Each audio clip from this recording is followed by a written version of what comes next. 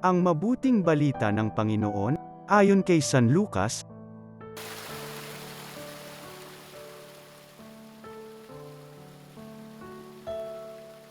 Noong panahong iyon, sinabi ni Jesus sa kanyang mga alagad, ang pagparito ng anak ng tao ay matutulad sa kapanahunan ni Noe.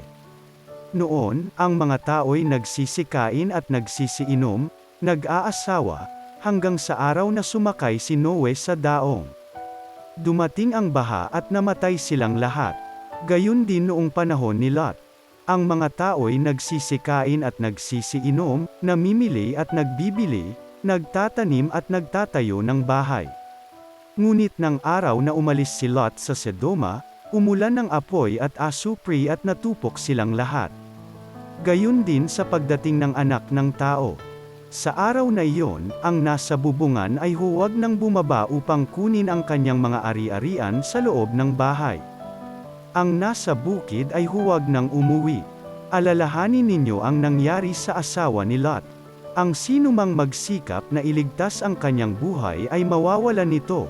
Ngunit ang sinumang mawalan ng kanyang buhay ay siyang makapagliligtas nito. Sinasabi ko sa inyo, may dalawang lalaking natutulog sa isang higaan sa gabing iyon, kukunin ang isa at iiwan ang isa. May dalawang babaeng magkasamang gumigiling, kukunin ang isa at iiwan ang isa. May dalawang lalaking gumagawa sa bukid, kukunin ang isa at iiwan ang isa. Saan po, Panginoon? Tanong ng kanyang mga alagad. Sumagot siya, kung saan naroon ang mga bangkay, doon naman nagkakatipon ang mga buwiter.